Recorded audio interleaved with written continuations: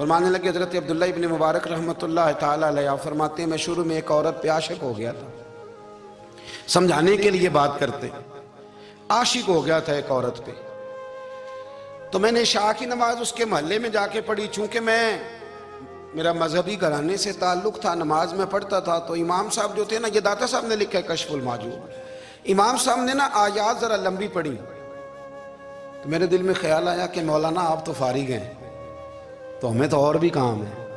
تو کہتے ہیں نماز سے فارغ ہو کے میں اس کے گھر کے چکر لگاتا تھا، ساری رات گھومتا رہتا تھا، وہ چند لمحوں کے لیے چھت پہ آتی تھی، دو ایک بات کرتی تھی، چلی جاتی تھی۔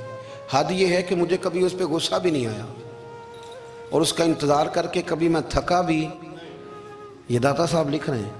حضرت عبداللہ ابن مبارک فرماتے ہیں ایک رات میں گیا، اسی طرح میں نے نماز پڑھی، پھر میں اس کے گھر گیا، میں ساری رات، سردیوں کی ٹھنڈی رات، 11-12 گھنٹے اس کے گھر کا طواف کرتا رہا، معاذ اللہ چکر لگاتا رہا۔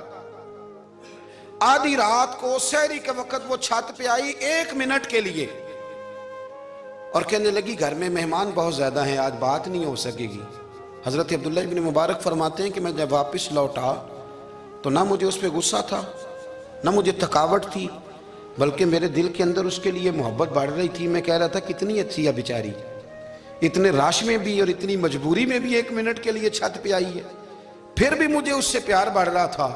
کہتے ہیں جب میں تھوڑا آگے بڑھا تو فجر کی اذان ہو رہی تھی، یکدم میرے اندر سے آواز اٹھی، میں نے کہا عبداللہ اگر تو ایک عورت کے لیے ساری رات کھڑا رہتا ہے، نہ تھکاوٹ ہوتی ہے، نہ غصہ آتا ہے، بلکہ پیار بڑھتا ہے، اگر عورت کے لیے بندہ کھڑا رہ سکتا ہے تو رب رسول کے لیے بھی کھڑا رہ سکتا ہے۔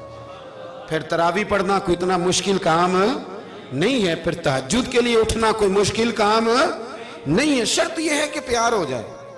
ایک عورت کے لیے اگر یہ سارا کچھ ہو سکتا ہے تو اللہ رسول کے لیے بھی ہو سکتے ہیں۔ فرماتے ہیں میں نے توبہ کر لی، اور پھر میرا حال یہ ہے کہ وہ توبہ کی اور پھر 60 سال گزر گئے، ساری رات مصلی پہ کھڑا رہتا ہوں، مجھے کبھی تھکاوٹ نہیں ہوئی، پھر کبھی تھکاوٹ نہیں ہوئی۔ تو داتا صاحب کہتے ہیں پہلے علم سیکھ، پھر اس کے بعد اللہ رسول سے پیار کر، اور پیار والی نماز پڑھ، مشقت والی نہ پڑھ، یعنی بوجھ والی نہ پڑھ کہ اب میری جان چھوٹ جائے تو میں بھاگ کے جاؤں، تم ادھر بیٹھو تو میں دوڑ کے نماز پڑھ کے آیا، یہ والی نماز نہ پڑھ۔